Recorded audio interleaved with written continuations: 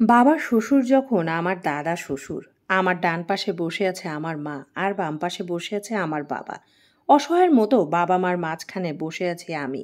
বাবা আমার মুখ তার দিকে ঘুরিয়ে বলল, শোনো, মামাতো বোন আর নিজের বোনের বিষয়টা প্রায় একই। মামাতো বোন কি করে বউ হবে? খালাতো মামাতো ফুপাতো চাচাতো বোনদের সাথে সম্পর্ক থাকবে মারামারি দুষ্টমি ফাজলামির সম্পর্ক। ওরা আবার কি করে বউ হয়? আমি বাবার কথা শুনে মাথা নাড়িয়ে বললাম, ঠিক বলেছ বাবা। আবার কথা শুনে মা আমার ডান গালে সজোরে থাপ্পড় মেরে বলল, আমাদের ধর্মে কোথাও লেখা আছে যে মামাতো বোন বিয়ে করা যাবে না? তাছাড়া তুই দেখেছিস শ্রাবণী কত সুন্দর আর ভদ্র মেয়ে। সে তোর মামাতো বোন বলে কি তাকে বিয়ে করা যাবে না? আমি মার কথা শুনে মাথা নেড়ে বললাম, তা ঠিক বলেছ মা, শ্রাবণী অনেক সুন্দর ও ভদ্র মেয়ে। এইবার বাবা আমার গালে সজোরে থাপ্পড় মেলে বলল, হারামজাদা, তোর চরিত্রিক সমস্যা আছে। মামাতো বোনের সৌন্দর্য তোর চোখের সামনে ভাসে কিভাবে? তাছাড়া শুধু ফর্সা হলেই সুন্দর হয় নাকি?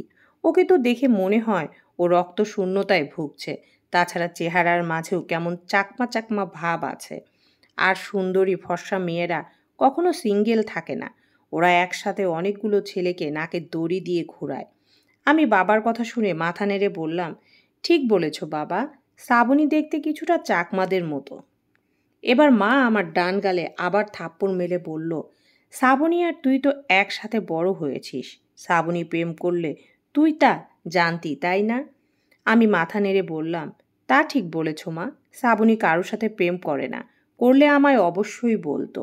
বাবা আবার আমার গালে থাপ্পড় মেরে বললেন, হারামজাদা, সারা জীবন যাকে মামা বলে ডেকেছিস তাকে আব্বা বলতে লজ্জা করবে না?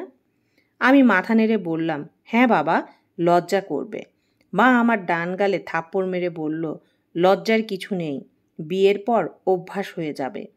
এইভাবে বাবা মার তর্ক চলতে লাগলো আর আমার দুই গালে একের পর এক থাপ্পড় সহ্য করতে লাগলো। আমি ছাদের কোণায় চুপ করে দাঁড়িয়ে আছি। শ্রাবণী আমায় দেখে অবাক হয়ে বলল, কি রে, তোর দুই গালে এমন লাল হয়ে আছে কেন? আমি কিছুটা রেগে গিয়ে বললাম, আমার বাম গালে বাবার ভালোবাসা আর ডান গালে মায়ের ভালোবাসার দাগ লেগে আছে। এখন বাকি আছে শুধু এই কপাল। এখন তুইও এই কপালে বাবা মার মতো ভালোবেসে লাল করে দে। আমার কথা শুনে শ্রাবণী আমার খুব কাছে আসলো। আর এতটাই কাছে এসেছিল যে ওর নাকের গরম নিঃশ্বাস আমার গায়ে পড়ছিল। আমি কিছুটা ভয় পেয়ে বললাম, এসব কি করছিস তুই? আমার পায়ের উপর পা রাখছিস কেন? আমার কথা শুনে শ্রাবণী মুচকি হেসে বলল, হয়েছিস তো কলা গাছের মতো লম্বা, আমি হালকা খাটো মেয়ে। তোর কপালে নাগাল পাই কিভাবে? শ্রাবণী আমার কপালে আলতো করে চুমু খেয়ে বলল, চিন্তা করিস না, আমাদের বিয়ের পর সব ঠিক হয়ে যাবে। আসলে আমার আর শ্রাবণীর রিলেশন অনেক দিনের, বাবা মা কেউই সেটা জানে না। সেদিন আমি, শ্রাবণী আর মা যখন একসাথে টিভি দেখছিলাম তখন শ্রাবণী মাকে বলেছিল, ফুপু, সেদিন খবরে দেখলাম ছেলের বউ শাশুড়ির সাথে ঝগড়া করে শাশুড়ির গলা টিপে মেরে ফেলেছে। তোমার ছেলেকে অজানা অচেনা মেয়ের সাথে বিয়ে দিও না। দেখা গেল ছেলের বউ তোমার সাথে ঝগড়া করে রাতে তোমায় বালিশ চাপা দিয়ে মেরে ফেললো। তাই তুমি তোমার ছেলেকে পরিচিত আত্মীয় স্বজনের মাঝে বিয়ে দিও। তাছাড়া আমিও তো বড় হয়ে গেছি, বাবা মা আমারও বিয়ের কথা বলছে। আমি শ্রাবণীর কথা শুনে কাশতে কাশতে বাসা থেকে বের হয়ে গিয়েছিলাম। পাগলিটা ঠিক ওই মার মাথাতে আমার আর ওর বিয়ের কথাটা ঢুকিয়ে দিয়েছিল। আজ আমার আর শ্রাবণীর বিয়েটা হচ্ছে। আমি যখন কবুল বলতে যাব, বাবা আমার ডান কাছের কানের কাছে এসে বলল, ছি ছি, তুই তোর বাবার সম্মানের কথা ভাবলি না? যাকে এতকাল শালা বলে ডেকেছি তাকে কি করে এখন? বাবা, এখনো সময় আছে, তুই বিয়েটা করিস না। মা তখন আমার বাম কানের কাছে এসে বলল, তোর বাবা যদি এতই সম্মানে লাগে তাহলে তোর বাবাকে আমি ডিভোর্স দিব। তবুও তোকে এই বিয়েই করতে হবে। ডিভোর্সের কথা শুনে বাবার মুখটা চুপসে যাওয়া বেলুনের মতো হয়ে গেল আর আমি হাসতে হাসতে কবুল বলে ফেললাম। দুপুরের দিকে দুপুরের দিকে অফিসে কাজ করছি এমন সময় নানু আমায় ফোন দিয়ে বলল, নানার শরীরটা একটু খারাপ।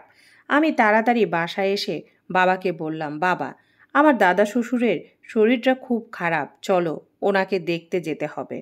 বাবা আমার দিকে অবাক হয়ে তাকিয়ে বলল, দাদা শ্বশুর মানে? আমি মুচকি হেসে বললাম, তোমার শ্বশুর মানে আমার নানা যান।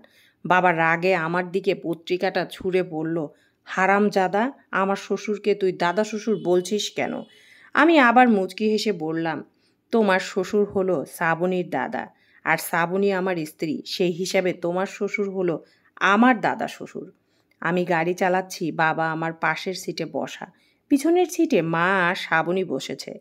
বাবা কপালে হাত দিয়ে বলল, ছি ছি ছি, বাবা ছেলে একসাথে শ্বশুর বাড়ি যাচ্ছি। আমিও বাবার কানে কানে বললাম, বাবা, তোমার শ্বশুর বাড়িতে কি খালি হাতে যাওয়া উচিত হবে?